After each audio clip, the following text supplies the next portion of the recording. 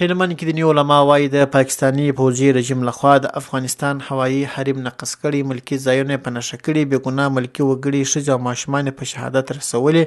نو په لحاظه د پاکستان د پوځي رژیم پر وړاندې د خپلې خاورې دفاع فرض او مقدس عمل بولي. دیني عالم شیخ الحدیث مولوي سید محمد سعید ذاکري وایي د پاکستاني پوځي رژیم پر وړاندې غچ اخیستونکي عملیات پر افغانانو فرض دي. چې فمن اعتدى علیکم، څوک چې پر تاسو تجاوز وکړي، من خدای ویل دا من په عربي کې یو عامه کلمه ده، هم درسه محترمه چې مشترک پښتو کې وایي هر هغه څوک، فمن هر هغه څوک اعتدى علیکم چې تجاوز وکړي پر تاسو، خدای وایي فاعتدوا علیه، تاسو پر هغه باندې دغه جوابي برید ورکړئ، دغه خپل دغه اعتدا انتقام واخلي. دا چې دغه انتقامي برید پر امارت اسلامي یو فریضه ده، یو واجبه ده، بلکې دا د ټول ولس واجبه جوړیږي. که امارت حکم وکړي چې تاسو درځئ د دې انتقام برید دپاره را سره ودرېږئ، بیا پر هر هغه چا چې حکم کړي پر هغه باندې فرض عین ګرځول کېږي. هلمند کې دیني عالم مفتي شیر احمد عاجز وایي د پاکستاني ظالمانه تیري پر وړاندې د اسلامي امارت د مجاهدینو جګړه او دفاع مشروع، واجب او د هر افغان شرعي مکلفیت او وجیبه یاد کړل.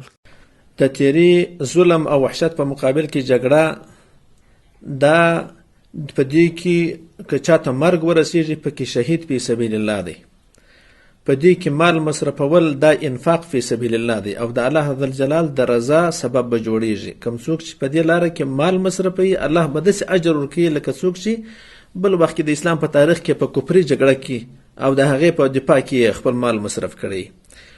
او مجاهد ته به الله ذوالجلال عز وجل هسې ثواب ورکوي لکه چې د ښکاره او برملا کفر په مقابل باندې جنګېدلی وي. الله پاک رب العالمین به ورته داسې اجر ورکوي، ځکه دا ظلم دی، وحشت دی او هیڅ توجیه د دې دپاره نه په اسلامي اصولو کې نه په نړیوالو اصولو کې شته چې دوی حمله کوي او یرغل کوي. په هیڅ صورت دا ورته اجازه نشته، دا د اسلامي شریعت څخه مخالفت دی. د لښکرګاه شاه اوسېدونکی باچا خان الفت وایي د پاکستاني ظالم پوځي رژیم لخوا د بې ګناه افغانانو، ښځو او ماشومانو په شهادت رسولو په غبرګون کې پر وړاندې په ملي کچه باید جهاد پیل کړو. او دغسې جګړه کله و چې پاکستان افغانستان د مخه کړې ده چې بې ګناه کسانان وژني او دوی مثلا زموږ پر خاورې باندې یو داسې بریدونه کوي چې هلته بې ګناه ماشومان دي، بې ګناه خلک دوی وژني. نو موږ باید خپل د خاورې دفاع وکړو او باید دغه غچ واخلو ورڅخه. د لښکرګاه شاه اوسېدونکي انقیادي هغه بیا وایي چمتو یې د خپلو هېوادوالو د دفاع لپاره خپل سرونه قرباني کړو او د ظالم دښمن پر وړاندې وجنګېږو. څه هم موږ ملکیان یو دغه یو، بیا موږ خپل دغه تر څنګ ولاړ یو، موږ خپل د ځان دفاع هم مثلا موږ فرض ګڼو، فرض یې بولو، که ویې مثلا که جهاد یې هره لارې، که د وطن دفاع یې، بیا موږ د سر په سودا باندې ورته درېږو، ورسره ولاړ یو د حکومت تر څنګ باندې. د هلمند اوسېدونکي وایي د خپل اسلامي نظام ملاتړ او دفاع ورته سرې کرښې دي، د سرونو په بدله به د خپلې خاورې او اراضي تمامیت او خوندیتوب دفاع کوي.